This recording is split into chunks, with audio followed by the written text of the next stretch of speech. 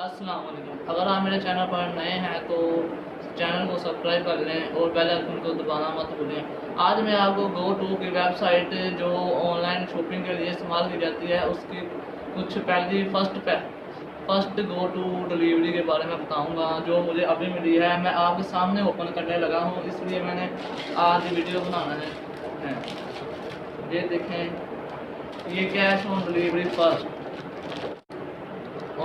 Cash on delivery ऊपर लिखा हुआ है।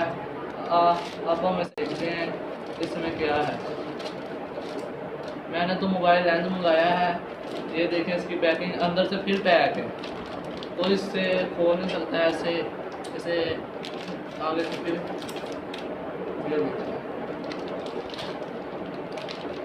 ये देखें इसके ये मैंने लेंस मंगवाया है। ये देखें, ये लेंस है। लेंस बहुत ही बढ़िया है और अच्छा है, बिल्कुल ठीक है लेंस। ये देखें।